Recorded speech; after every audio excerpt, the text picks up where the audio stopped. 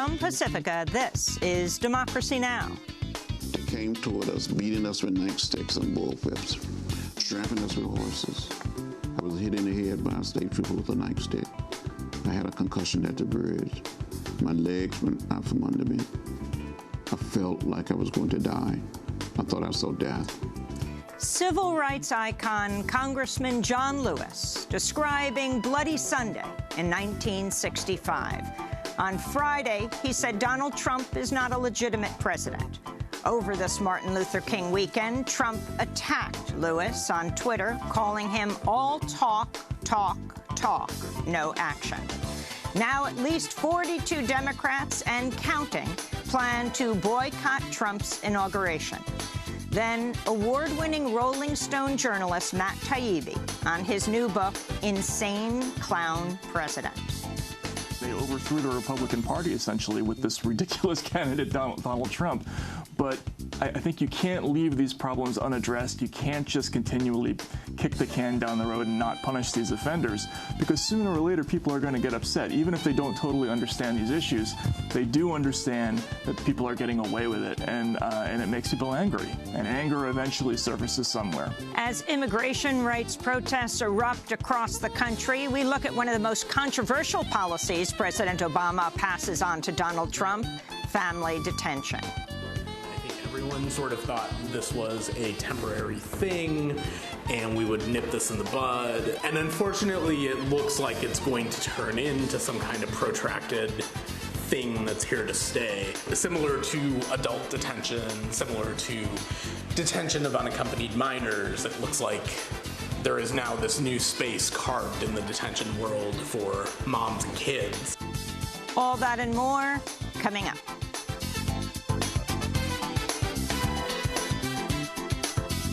Welcome to Democracy Now!, democracynow.org, The War and Peace Report. I'm Amy Goodman.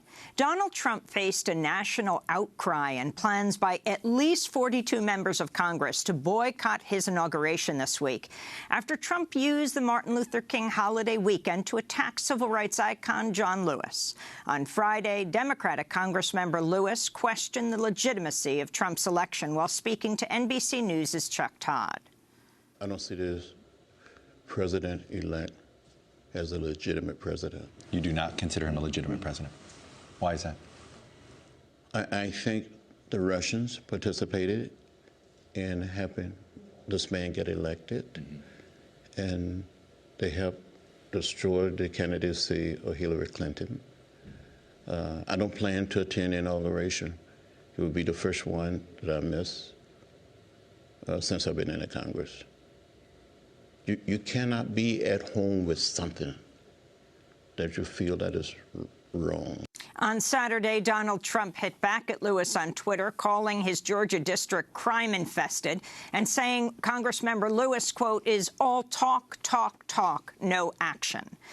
Trump's attack sparked a torrent of criticism, with dozens of lawmakers denouncing Trump for attacking a living civil rights legend, especially on the weekend before the Martin Luther King Jr. federal holiday. In 1965, Lewis was nearly beaten to death marching for civil rights in Selma, Alabama. As of Tuesday morning, 42 Democratic Congress members have pledged to boycott Friday's inauguration, among them New York Congressmember Yvette Clarke of New York. Looked at the cabinet selections of the incoming president, I thought it was important that I not lend credibility, if you will, to a process that would marginalize and in many ways harm the people that I represent. So I will not be attending the inauguration of Donald Trump. The Washington Post reports Trump will take the oath of office Friday as the least popular incoming president in at least 40 years, with more than half of all Americans viewing him unfavorably. Meanwhile, Donald Trump's inaugural committee said it's raised more than $100 million from private donors and corporations, nearly doubling the previous record set by President Obama. Obama. Among major contributors are oil giant Chevron with $500,000, weapons and aerospace company Boeing with a $1 million donation, casino magnate Sheldon Adelson, who reportedly cut a check for $5 million.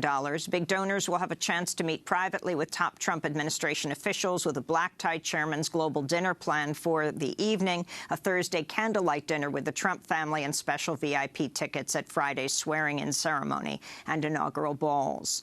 In Washington, D.C., thousands of activists chanting "No justice, no peace" kicked off a week of resistance to the inauguration with a march to the Capitol building Saturday. The protest took aim at Trump's plans for a nationwide stop-and-frisk program, the planned repeal of Affordable Care Act, and police brutality. The protest was the first of a series of actions being organized under the hashtag #InaugurateTheResistance. In Brooklyn, New York, hundreds packed a weekend propaganda party to create flyers and protest art ahead of the inauguration. It's Josh McPhee. I'm a volunteer at Interference Archive, and this is our inaugurating resistance propaganda party. We did one in the summer around mass incarceration, in the fall around climate justice and the pipeline struggles, and then this one's obviously around the inauguration. And this is by far the most successful.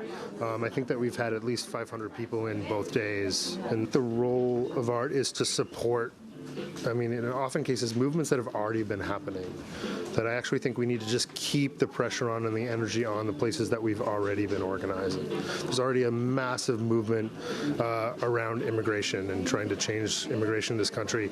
That shouldn't just reorient towards Trump. People are already moving in a direction. You just need to keep fighting. Meanwhile, thousands of protesters rallied in 50 U.S. cities Saturday calling for mass resistance to Donald Trump's plan to detain and deport millions of undocumented immigrants. In Chicago, more than 1,000 rallied at a Union Hall under the banner "We are here to stay," calling on local officials to give sanctuary to the undocumented. In Washington, D.C., thousands of immigrants and supporters packed Metropolitan AME Church in support of President Obama's Deferred Action for Childhood Arrivals program, or DACA, which has so far shielded 750,000 young people from deportation.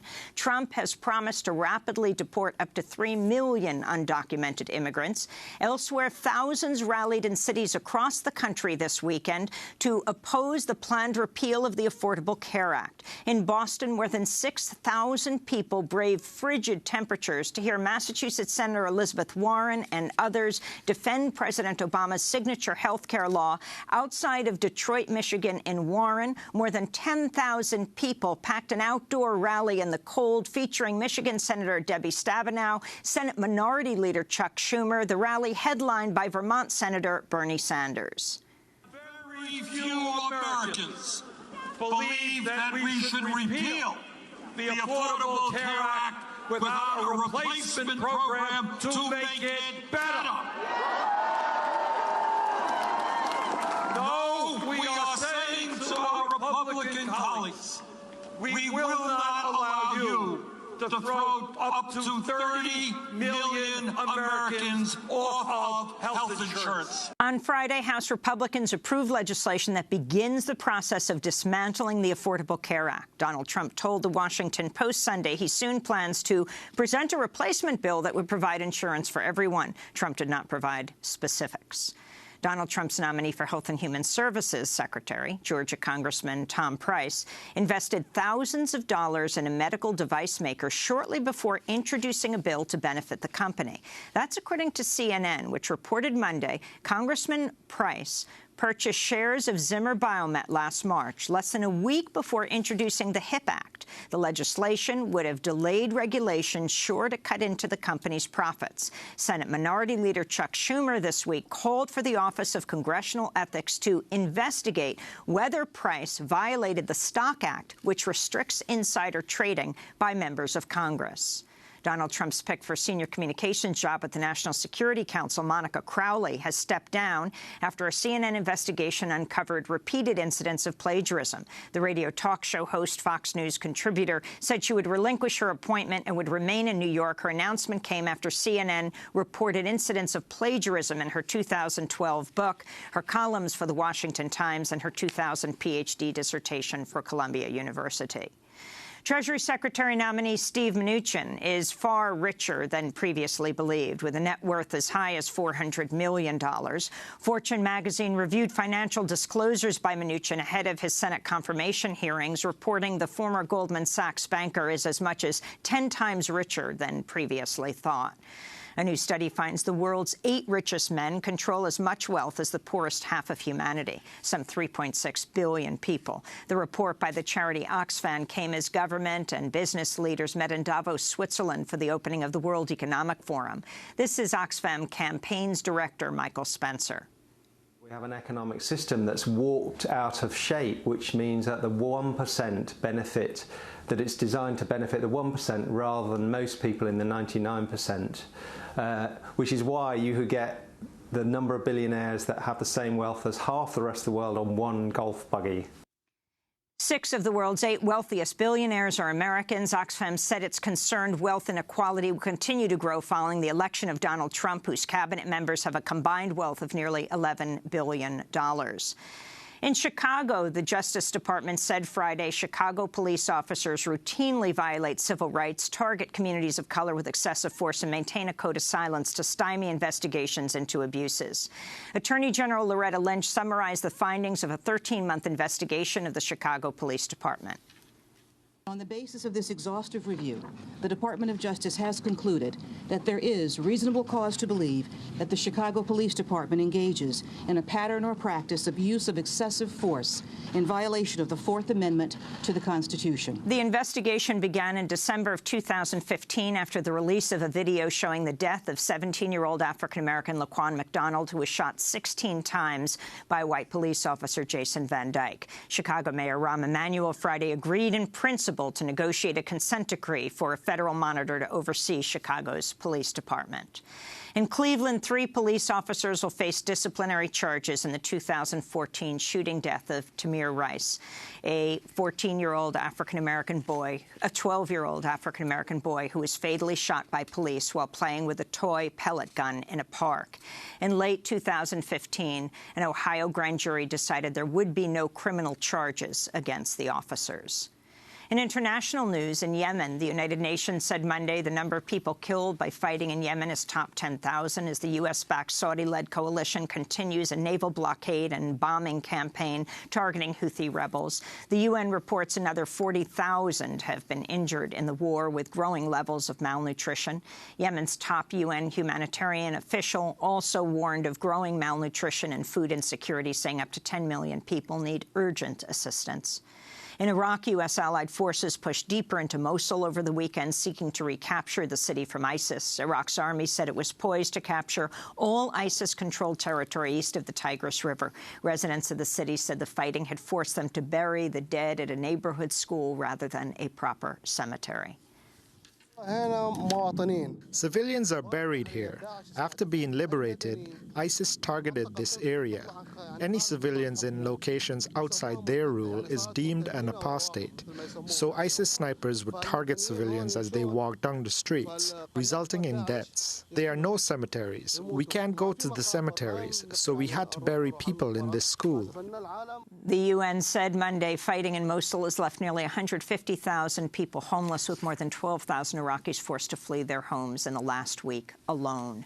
The Obama administration said Monday it's released another 10 prisoners from the Guantanamo prison to the Gulf nation of Oman. Many of those released were held for about 15 years without trial and have been cleared for release, awaiting a nation that would accept them. It's expected the prison will house about 40 prisoners when President Obama leaves office later this week. President-elect Trump has vowed to expand the number of prisoners held at Guantanamo. In North Dakota, police opened fire with tear gas and rubber-coated steel bullets Monday to disperse water protectors holding a prayer march against the $3.8 billion Dakota Access Pipeline near the site where Energy Transfer Partners hopes to drill beneath the Missouri River. Police said they arrested at least 3 people after they cut through a section of razor wire surrounding the site. And the Obama administration signaled Friday it might be open to commuting the sentence of U.S. Army whistleblower Chelsea Manning, while appearing to close the door to a pardon for NSA whistleblower Edward Snowden. White House Press Secretary Josh Earnest told reporters there was a stark difference between the 2 cases. There are some important differences, including the scale of the crimes that were committed and the consequences of their crimes. Obviously, as Chelsea Manning has acknowledged, and as we have said many times, the release of the information that she provided to WikiLeaks was damaging to national security. But the disclosures by Edward Snowden were far more serious and far more dangerous. On Friday, a campaign supporting Edward Snowden delivered a petition of more than 1 million signatures to the White House demanding a pardon. Meanwhile, NBC News reported last week Chelsea Manning is on a short list for commutation. And those are some of the headlines. This is Democracy Now!, democracynow.org, The War and Peace Report. I'm Amy Goodman. And I'm Juan Gonzalez. Welcome to all of our listeners and viewers around the country and around the world. At least 42 Democrats and counting plan to boycott Donald Trump's presidential inauguration this Friday after President-elect Trump used the weekend to attack civil rights icon John Lewis. On Friday, Democratic Congressmember Lewis questioned the legitimacy of Trump's election while speaking to NBC News' Chuck Todd. I don't see this president-elect as a legitimate president. You do not consider him a legitimate president. Why is that? I think the Russians participated in helping this man get elected, and they helped destroy the candidacy of Hillary Clinton. I don't plan to attend the inauguration.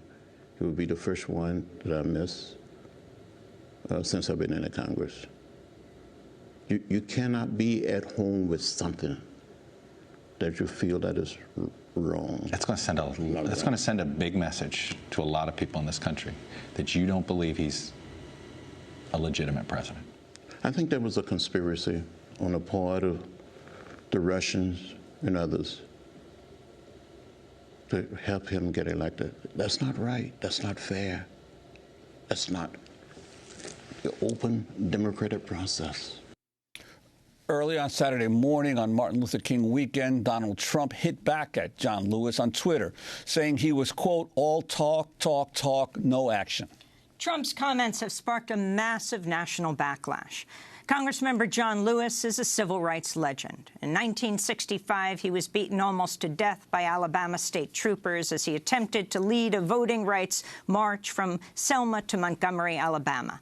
The images from what came to be known as Bloody Sunday helped galvanize support for the Voting Rights Act signed into law by President Johnson months later. New York Congressmember Yvette Clarke tweeted, "When you insult Congressman John Lewis, you insult America." Congressmember Gerald Nadler tweeted, "Trump stands with V. Putin. I stand with Rep. John Lewis." Well, in 2012, we interviewed Democratic Congressmember John Lewis, and I asked him to describe what happened on Bloody Sunday in Selma, Alabama. On March 7, 1965, a group of us attempted to march from Selma to Montgomery, Alabama, to dramatize to the nation that people wanted to register to vote. One young African-American man had been shot and killed a few days earlier in an adjoining county called Perry County. This is in the Black Belt of Alabama, the home county of Mrs. Martin Luther King Jr., the home county of Mrs. Ralph Abernathy, the home county of Mrs. Andrew Young. And because of what happened to him, we made a decision to march. In Selma, Alabama in 1965, only 2.1% of blacks of voting age were registered to vote. The only place you could attempt to register was to go down to the courthouse. You had to pass a so-called literacy test. And they were told people over and over again that they couldn't pass the literacy test. On one occasion, a man was asked to count the number of bubbles in a bar of soap. On another occasion, a man was asked to count the number of jelly beans in a jar. There were African-American lawyers, doctors, teachers, housewives, college professors flunking the so-called literacy test. And we had to change that. So we sought to march. And we got to the top of the bridge. We saw a sea of blue, Alabama state troopers. And we continued to walk. We came within hearing distance of the state troopers. And a man identified himself and said, "I'm Major John Cloud of the Alabama state troopers." This is an unlawful march, will not be allowed to continue. I give you 3 minutes to disperse and return to your church. And one of the young people walking with me, leading the march, a man by the name of Jose Williams, who was on the staff of Dr. Martin Luther King Jr., said, "Major, give us a moment to kneel and pray." And the major said, "Troopers, advance." And you saw these guys putting on their gas masks. They came toward us, beating us with nightsticks and bullwhips, trampling us with horses. I was hit in the head by a state trooper with a nightstick. I had a concussion at the bridge. My legs went out from under me. I felt like I was going to die. I thought I saw death. All these many years later, I don't recall how I made it back across that bridge to the church. But as I got back to the church is full to capacity. More than 2,000 people outside trying to get in to protest what had happened on the bridge. And someone asked me to say something to the audience. And I stood up and said something like, "I don't understand it, how President Johnson can send troops to Vietnam. But can I send troops to Selma, Alabama, to protect people who only desires to register to vote?" The next thing I knew, I'd been admitted to a local hospital in Selma. Explain that moment where you decided to move forward, because I don't think the history we learn records those small acts that are actually gargantuan acts of bravery. Talk about, I mean, you saw the weapons the police arrayed against you. What propelled you forward, Congressmember Lewis? Well, my mother, my father, my grandparents, my uncles and aunts, and people all around me had never registered to vote. I've been working all across the South. The state of Mississippi had a black voting age population of more than 450,000, and only about 16,000 were registered to vote. On that day, we didn't have a choice. I think we had been tracked down by what I call the spirit of history, and we couldn't turn back.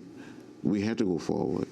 We became like trees planted by the rivers of water. We were anchored. And I thought we would die. I first thought we would be arrested and go to jail. But I thought it was a real possibility that some of us would down that bridge that day after the confrontation occurred. I thought it was the last protest for me. But somehow, in some way, you have to keep going. You go to a hospital, you go to a doctor's office, you get mended, and you get up and try it again. That's civil rights icon, 14-term Congressmember John Lewis speaking on Democracy Now! In 2012, not long after the release of his book, Across That Bridge, Life Lessons and a Vision for Change. Well, over this Martin Luther King weekend, sales of Lewis's books on the civil rights movement has soared after Donald Trump attacked him. As of Monday morning, 4 were among Amazon's top 20 bestsellers, with a box set of his National Book Award-winning graphic memoir trilogy, March, at #1. In the wake of Trump's attack on Lewis, the NAACP has demanded Trump apologize. In addition to Trump tweeting that Lewis is all talk and no action, Trump called Lewis's Georgia district crime-infested. Many of Lewis's constituents recoiled at Trump's offensive racial stereotyping of their majority black community. Residents who actually live in Georgia's 5th congressional district responded by tweeting out photos of their community with hashtag #DefendThe5th, which includes Atlanta, Emory, and the CDC, the Centers for Disease Control. The Atlanta Journal-Constitution ran a headline across the top of its Sunday front page that read, "Atlanta to Trump, wrong." This is Democracy Now!, democracynow.org, The War and Peace Report. When we come back from break, Matt Taibbi joins us to talk about his new book, Insane Clown President. Stay with us.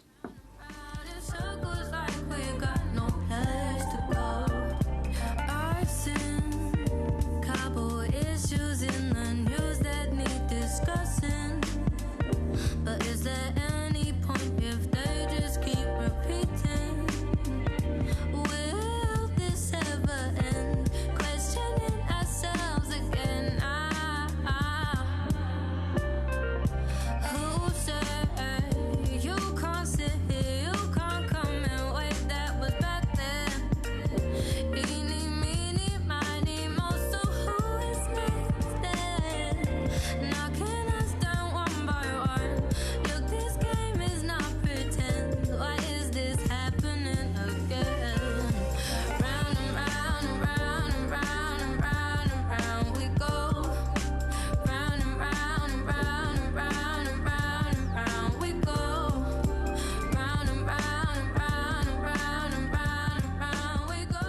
Imperfect Circle by Georgia Smith. Here on Democracy Now!, democracynow.org, The War and Peace Report. I'm Amy Goodman with Juan Gonzalez. Well, as a new study finds, the world's 8 richest men control as much wealth as the poorest half of humanity. 6 of the 8 billionaires are Americans, including Michael Bloomberg, Bill Gates, Warren Buffett, and Jeff Bezos. Oxfam said it's concerned that wealth inequality will continue to grow following the election of Donald Trump, whose cabinet members have a combined wealth of nearly $11 billion. For more, we're joined by award-winning Rolling Stone journalist Matt Taibbi, who's been chronicling the rise of Donald Trump during the 2016 election campaign. In his new book, just out today, he writes, it's an Alice in Wonderland story in which a billionaire hedonist jumps down the rabbit hole of American politics and discovers a surreal world where each successive barrier to power collapses before him like magic. Yes, Matt Taibbi's book is titled Insane Clown President, Dispatches from the 2016 Circus. As this week, Friday, the inauguration of the 45th president, Donald Trump, is set. Your thoughts, Matt Taibbi? I mean, it's unbelievable. I think this is an unprecedented crisis heading into an inauguration week. I think we never could have imagined that this last twist at the end of what was already the craziest election season in history, with this Russia controversy and this sort of unparalleled intelligence crisis. In a way, it's actually kind of the perfect anti-ending to this, incredible tragic comedy of the last couple of years. Well, Matt, on the title, as we're hearing the news that the real circus, Ringling Brothers Circus, is about to close down after 146 years. Perfect, right? How did you get the title, decide the title for the book? Oh, I was going for something subtle, actually. No, I mean, honestly, it's funny, if the president-elect and his followers have complaints about the title, they should really blame Trump himself, because I actually learned a lot about marketing watching Donald Trump over the last couple of years. There's no reason to be subtle at all in the current environment. So I thought this, the title kind of reflected how what happened in the last couple of years was a mix of kind of the extremely horrible and the extremely ridiculous, and it had that clown car theme as well I wanted to kind of reference. So more than 40 years ago, your magazine, Rolling Stone, chronicled Nixon's campaign in 1972. There are parallels because you now have an inauguration where, well, just at this point, 42 Democratic Congress members, like 1 in 5, will not be attending, and that number may certainly go up. The only time we saw anything like this was in Nixon, 1972, 1973 inauguration in the midst of the war. It's also a time when the Washington Post reports that Donald Trump's popularity rating, more than 50% of the people are not happy with what he's doing, is at a 40-year low. So talk about what you have found in this year, and particularly now in this rush of cabinet members, confirmation hearings, who these cabinet members are, representing the wealthiest cabinet in U.S. history, $11 billion, their combined wealth? Sure, yeah. Just to go back to the beginning, I mean, yeah, obviously, I cover the campaign for Rolling Stone magazine. It's sort of one of the iconic jobs on earth. It's kind of like being the Dread Pirate Roberts, and this is a tradition that kind of goes back all the way to Hunter Thompson and when he covered Richard Nixon, and eventually compiled it into a book called Fear and Loathing on the Campaign Trail. And that was sort of the gold standard, I think, and always will be for campaign writing. And I think what made that series of articles in that book art, as opposed to just kind of snappy magazine writing, was that Thompson was personally obsessed with how horrible and disgusting Nixon was in a way that no other politician really touched him. For the rest of his life, no matter who he wrote about, whether it was Carter or even George Bush, it just wasn't the same thing. He almost had like the opposite of a love relationship with Nixon, and that kind of obsession is something you really can't force. You either have it or you don't have it. I would never compare myself to Hunter Thompson. I think that's an unflattering comparison for any writer, but I think I do a little bit understand what he was going through with Nixon. I kind of feel a little bit the same way about Trump. He's a, it was kind of hate at first sight, actually, when I first saw him on the campaign trail. He's a fascinating, repellent, awful, epically horrible character, and in a way, it makes for this incredibly engrossing story to follow him. So, I think that to me is what really stood out about this last year is Trump himself.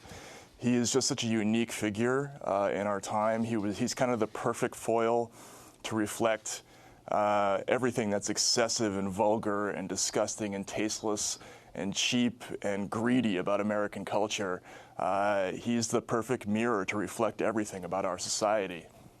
And yet the reality is that he did get such a huge number of votes. And one of the things that you've talked about is not only the him, but the crowds that he gathered and their relationship to you and to reporters as well. You talk about that, because that didn't get much coverage by the press of how they themselves were treated at these Trump rallies. Yeah, and I think that was kind of a big oversight by a lot of the media. Trump.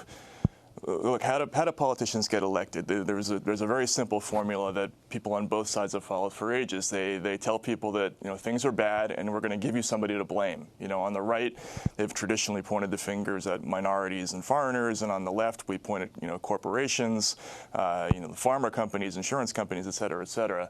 Trump did all of those things. He appropriated all of those bogeymen, both the liberal and the conservative bogeymen, but he also made the campaign process itself a villain. He said these people, these reporters, these donors, these two entrenched political parties, they are against you. And unfortunately for us reporters, we were the only people from that particular group who were actually in the room during these events.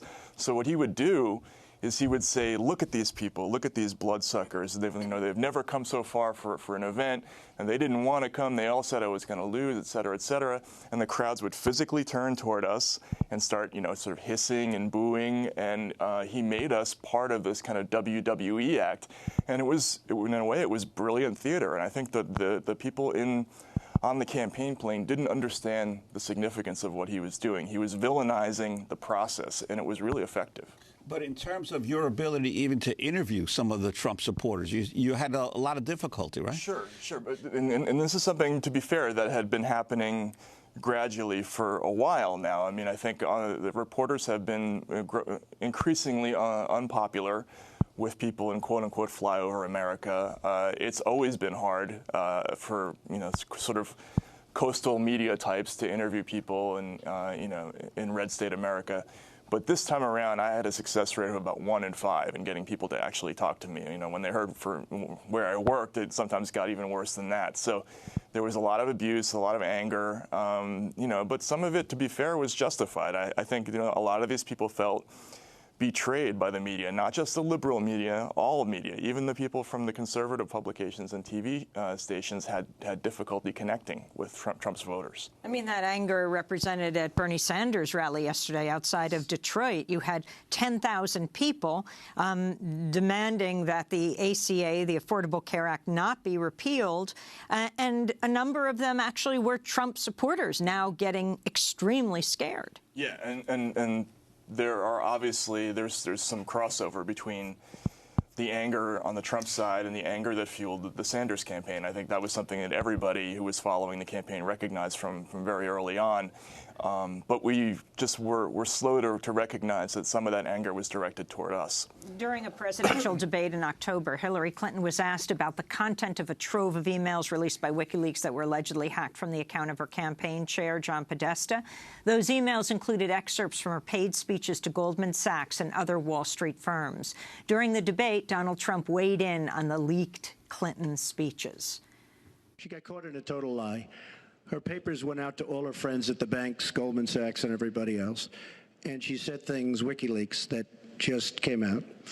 And she lied. So there you have Donald Trump.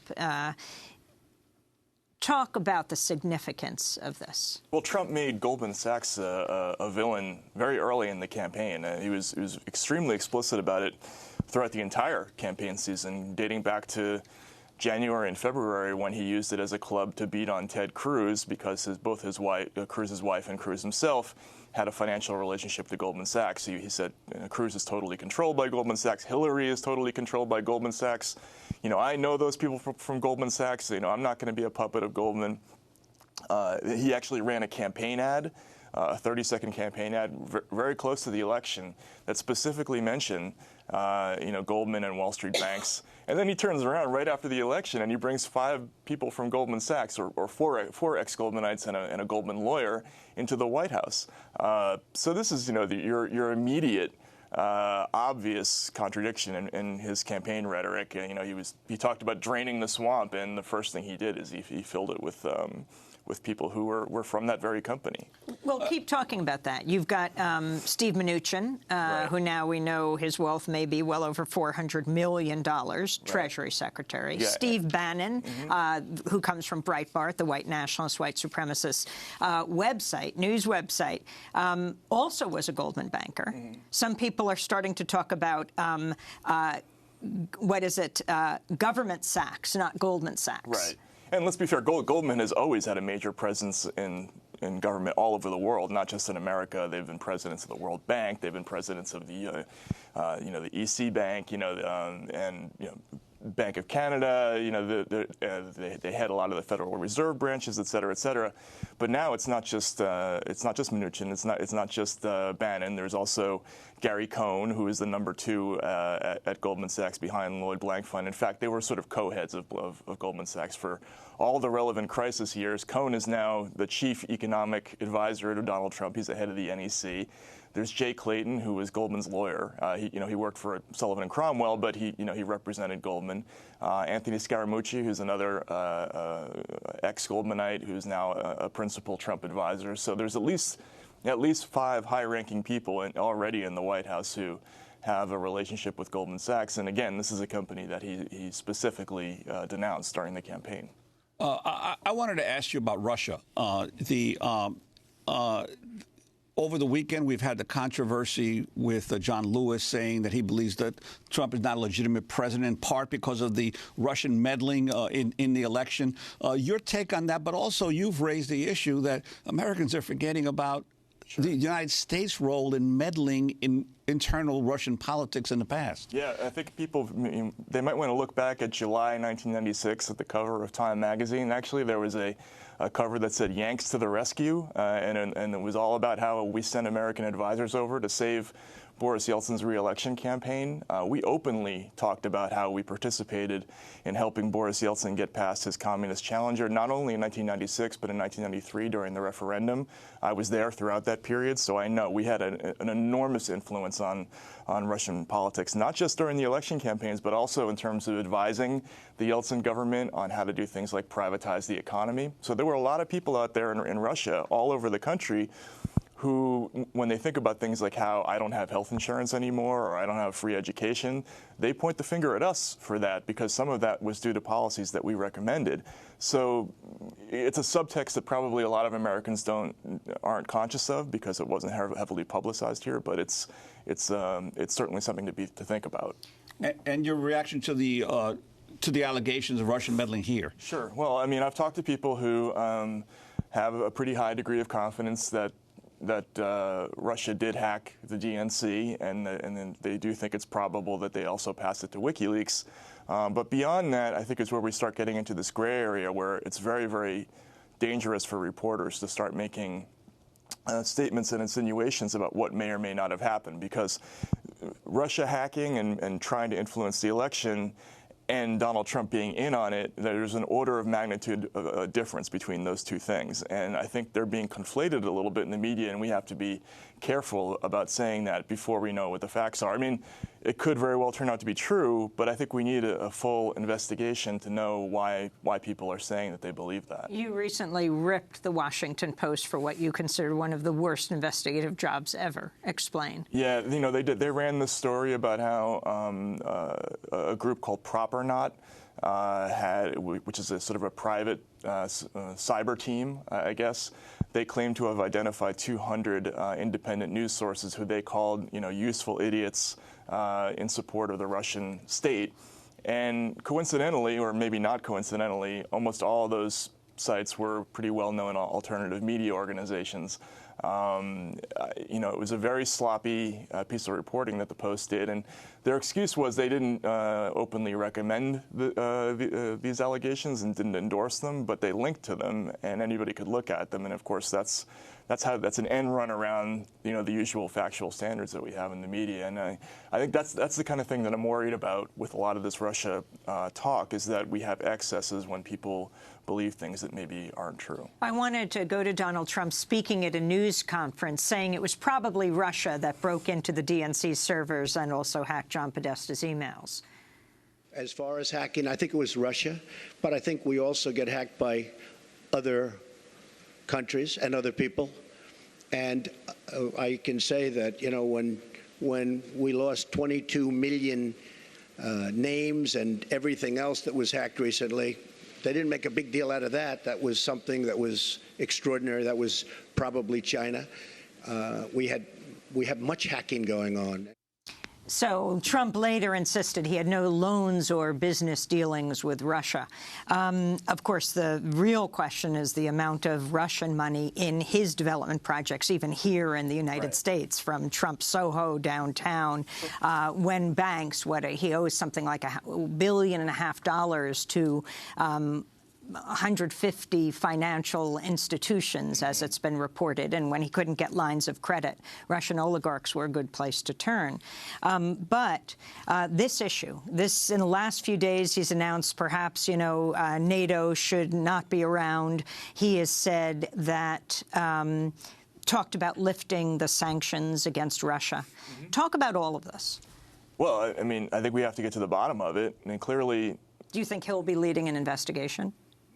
No, I wouldn't imagine that. I wouldn't hold my breath for that to happen. Do you think Rex Tillerson, the CEO of Exxon, whose company has a huge amount to gain if those sanctions against Russia are lifted? Of course. I mean, look, it's an oil company, and the subterranean dealings between ExxonMobil and whatever, the Russian oligarchy, I'm sure that's a tangled web that we need to get to the bottom of. But I think somehow, some way, there has to be some kind of independent investigation. Whether some people in the Senate can be prevailed upon. We do have this joint intelligence committee in the Senate that is allegedly going to have subpoena power and is allegedly going to be able to interview people about what went on. But it's an urgent question. Clearly, one of the things that's been clear in the last couple of weeks is that our intelligence services either believe that Trump has some kind of a relationship and that there was some kind of quid pro quo in the last year. They either believe that that's true or they're putting that out there for some reason, and we have to get to the bottom of it one way or the other. If it's a disinformation campaign, we have to know that, and if it's true, we need to know that because there's really nothing more serious than a compromised person becoming president of the United States. Matt, I wanted to ask you, your book basically is a chronicle of your time on the campaign trail, but you were surprised as well by the victory of Donald Trump. Why don't you talk about that and how so many people got it wrong? Yeah. It's kind of the big flaw in the book is in the second half, because I actually saw from the beginning, I had been waiting for something like Trump to happen for a long, long time. I mean, there's actually an excerpt from a book I wrote 10 years ago in this book about how, people were tuning out the mainstream media and they were turning to more conspiratorial directions, and there was going to come a time when they were going to shut us out completely, and I kind of saw that coming, and I did see early on in the campaign that Trump, I never thought anybody else was going to be the nominee, but I was fooled, I think, in the second half of the campaign, like a lot of people were, by the poll numbers, and also there was a little bit of a change in his strategy, where he seemed to be moving away from themes that had been successful for him during the primary season, and he was trying this crazy new thing, talking about how he was going to be the rescuer of the African-American community and all of that. I thought that was a terrible, disastrous move, and that it was going to lose him the election. It turned out it won him the election because it rehabilitated him with quote-unquote mainstream Republicans who didn't want to think of themselves as racist. So It turned out to be this brilliant move that helped him build a coalition, which he himself, wouldn't have been capable of alone. He needed Steve Bannon's help to do that. And I just never saw that result coming. I think a lot of reporters didn't because, and this is the main problem with campaign reporting, we aren't out there enough talking to people. We tend to spend all of our time with other reporters and other politicians and other pollsters. We're not out there physically taking the temperature of voters enough, and that's why things like the Trump phenomenon can happen and take us by surprise. Well, Matt Taibbi, final thoughts as you reflected back on all your work of this past year. We are in this inauguration week. Yeah, I mean, this is the most extraordinary political story, I think, in our history. I don't think anything has ever, on this scale, has ever happened before. Trump, what people need to remember about Trump is they're overwhelmed by the horror of it right now, but they have to remember also that this was an extraordinary story about how democracy, in a weird way, does work. He penetrated all of these different layers, these barriers to power that had been thrown up to ordinary people, and he was a true outsider who somehow made it past all of those barriers through all these loopholes that we had left open. And I think that's an amazing story that we need to focus on. How did that happen? You covered Occupy in your book, The Divide. We are seeing a kind of mass movement developing now. Yesterday in New York, a major meeting planning the inauguration send-off of Donald Trump on Thursday night outside Trump Tower. We saw thousands of people rally around the country on all different issues, massive protests, women's marches planned for Saturday, the day after the inauguration. Yeah, no, I think this is a moment when people have to do that. This is again, it's an unparalleled crisis. If any of this stuff about Russia is true, people need to do whatever they can to prevent him from becoming president, or at least try to get him impeached as quickly as possible. And again, you have to take the example of what Trump supporters did. They defied the odds to get him in office, and I think it's a demonstration that if people are organized enough, they can accomplish anything. And then people on the other side should take that lesson. Matt Taibbi, award-winning journalist with Rolling Stone magazine. His new book, just published today, Insane Clown President, Dispatches from the 2016 Circus. This is Democracy Now! Back in a minute.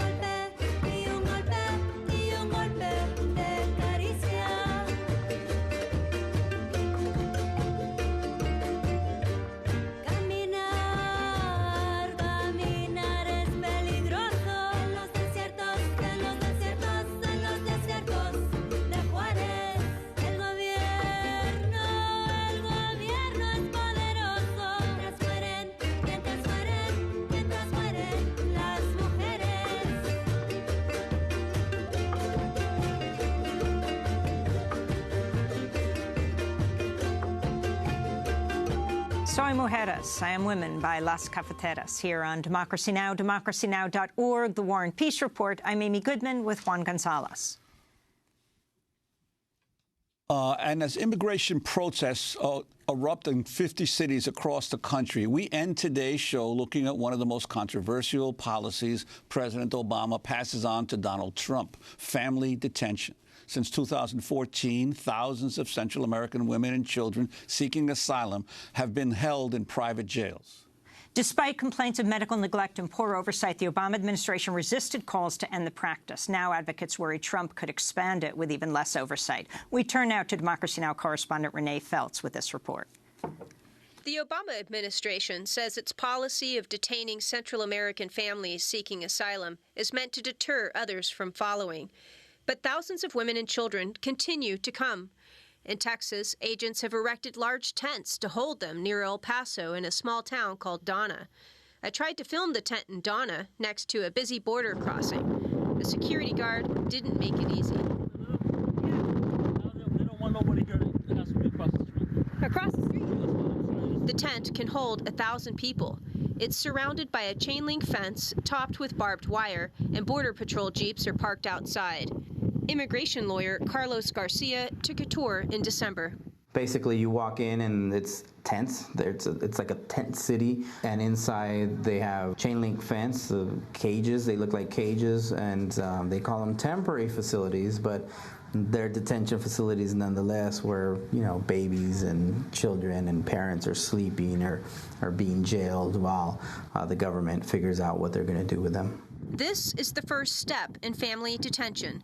Customs and Border Patrol has 72 hours to interview the so-called family units, collect their biometric data, and send them to private prisons near San Antonio. In some cases, it gives them a notice to appear in immigration court and lets them go. Agents coordinate the drop-offs at the McAllen bus station with the nearby Sacred Heart Catholic Church. They say, well, expect about 100 by between 9:30 and 10:30, about another 50 between 12:30 and 1, another 50 or 60 between 3:30 and 4:30, another 100 between 6 and 7, and that's how it goes. Sister Norma Pimentel oversees a volunteer-run respite center in the parish hall. Here in the community of the Rio Grande Valley, we started to see the families in a very devastating conditions. They needed to regain their dignity because they've been through very difficult times. As soon as they arrive, we welcome them. We clap our hands and say, bienvenidos. And it's a way of letting them know that we're here for them.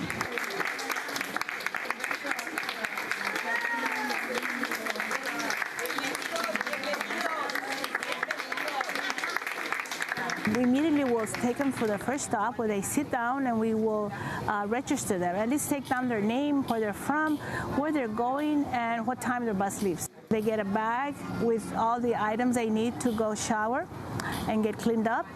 We then move them to the section where they go and sit down at the table so they have something to eat, while the volunteers will look for them some clothing.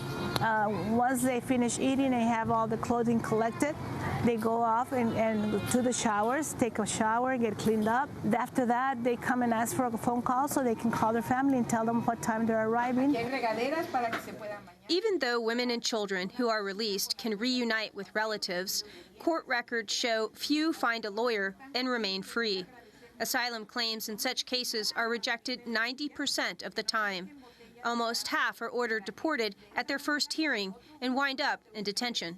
I think everyone, advocates, the administration, I think everyone sort of thought this was a temporary thing and we would nip this in the bud. Manoj Giovanni is Director of Family Detention Services at the Refugee and Immigrant Center for Education and Legal Services. And unfortunately, it looks like it's going to turn into some kind of protracted thing that's here to stay. Similar to adult detention, similar to detention of unaccompanied minors, it looks like there is now this new space carved in the detention world for moms and kids. Immigration and Customs Enforcement has occupied that space with 2 family detention centers run by private prison companies.